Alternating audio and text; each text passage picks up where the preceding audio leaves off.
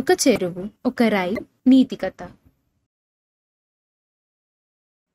చెరువు పక్కన చిన్న రాయి ఉంటుంది.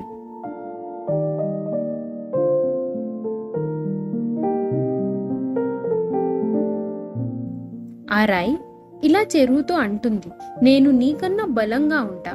నేను ఎక్కడికి వెళ్ళినా, ఏ చోట ఉన్నా అక్కడున్న స్థావరం నాది అవుతుంది. ఆ స్థావరం నా సొంతం అవుతుంది. నన్ను అడిగే హక్కు కాని, ధైర్యం కాని ఎవ్వరికీ లేదు. ఇంకా నా గురించి చెప్పాలి అంటే చాలానే ఉన్నాయి. ఈ ప్రపంచంలో నాకంటే గొప్ప ఎవ్వరూ లేరు. అందరికీ నేనే గొప్ప అని చెప్తూ రాయి చెరువుని హేళన చేయడం మొదలుపెట్టింది. నాకు ఉన్నట్లు రూపం నీకు లేదు. నాలాగా నువ్వు స్థిరంగా ఒక చోట ఉండలేవు. నీకు శక్తి ఎక్కువ అయితే పారిపోతావు, శక్తి తక్కువ అయితే భూమిలోకి ఇంకిపోతావు. సూర్యుడు వచ్చినప్పుడు సూర్యుడు వేడికి తట్టుకోలేక ఆవిరి అయిపోతావు. నువ్వు ఒక చోటనే ఉండలేవు. నీకు స్థిరమైన స్థావరం అంటూ లేదు అని నవ్వుతూ హేళన చేస్తుంది.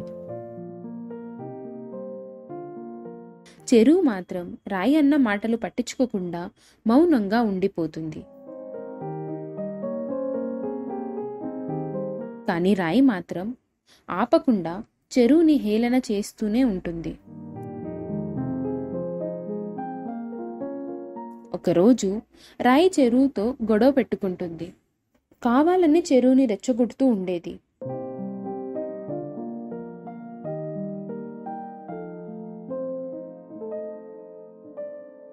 నేను ఏమి చేసినా నువ్వు నన్ను ఏమి చేయలేవు అని అంటుంది. నన్ను పట్టుకోలేవు అని అంటూ చెరువును చూసి గట్టిగా పగలపడి నవ్వుతుంది.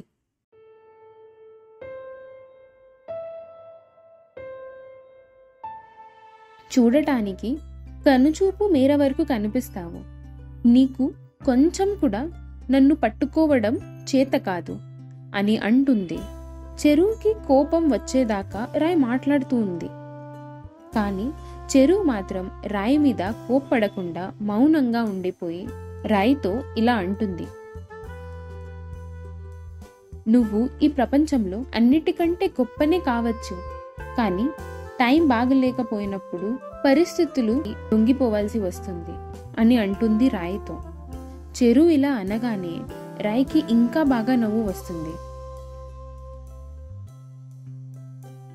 రాయి పక్కపక్క నవ్వి, నేను అయితే ఏ పరిస్థితికి తల వంచను, దేనికైనా భయపడను అని అంటుంది. నాకంటే నువ్వే పెద్దగా ఉంటావు, నువ్వే చాలా పిరికిదానివి, అన్నిటికీ భయపడతావు, నీకు భయం ఎక్కువ, ప్రతిదానికి భయపడుతూనే ఉంటావు అని చెరువుని హేళన చేస్తూ మాట్లాడుతుంది. చెరువు ఇలా అంటూ, పరిస్థితులు అనుకూలంగా లేనప్పుడు ఎంత పెద్ద గొప్పవారైనా ఎవ్వరూ ఏమి చేయలేరు. కాలం కలిసి రానప్పుడు పరిస్థితులకి లొంగిపోవాల్సిందే అని చెరువు రాయితో అంటుంది. రాయి, ఇలాంటి పరిస్థితులు నీకు వస్తాయేమో, కానీ నాకైతే ఎలాంటి పరిస్థితులు రావు అని అంటూ వెటకారంగా మాట్లాడుతుంది. ఇంతలోనే ఒక పిల్లగాడు అటువైపు ఆడుకుంటూ వస్తాడు.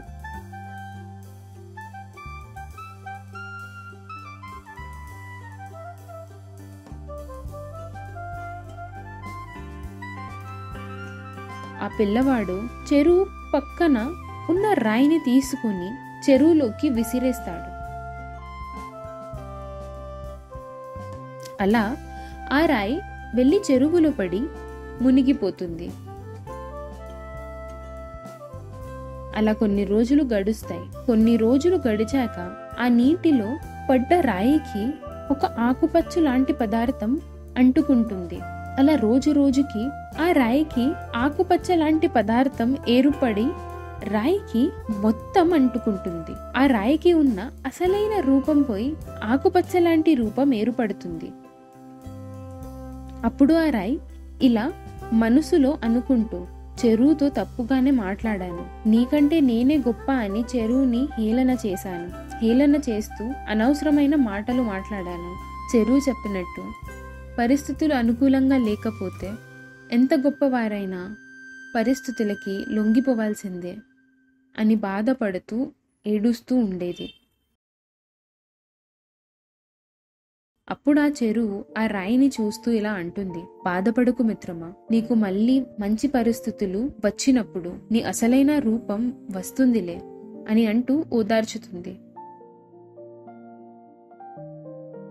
అప్పుడు ఆ రాయి, నా పరిస్థితి చూసి కూడా ఇలా అంటున్నావు అని తన గురించి చెప్పుకొచ్చింది. నేను ఒడ్డులో ఉన్నప్పుడు ప్రతిరోజు పగలైతే ఆకాశాన్ని, సూర్యుడిని చూస్తూ, రాత్రిరైతే చందమామని, చుక్కల్ని చూస్తూ ఉండేదాన్ని. ఇప్పుడు నీ గుప్పిట్లో పడ్డాక నా జీవితమే అంధకారంలో పడిపోయింది. ఇక్కడ చీకటి తప్ప ఇంకా ఏమీ కనిపించట్లేదు అని బాధపడుతూ చెరువుతో తన బాధ చెప్తుంది. చెరువు, బాధపడకు మిత్రమా, నేను ఆవిరైపోయే కాలం వస్తుంది. అప్పటి వరకు నువ్వు ఇలా నీటిలో అడుగున ఉండాలి. నేను ఆవిరైపోయాక నీ పరిస్థితులు అనుకూలంగా మారుతాయి అని అంటుంది. చెరువు మాటలు విన్న రాయి చాలా సంతోషపడుతుంది. అలా ప్రతిరోజు చెరువు, రాయి మాట్లాడుకుంటూ ఉండేవి. రోజు రోజుకి చెరువుకి రాయికి మంచి స్నేహం ఏర్పడుతుంది. చెరువు, రాయి స్నేహంగా ఉంటూ సంతోషంగా ఉండేవి.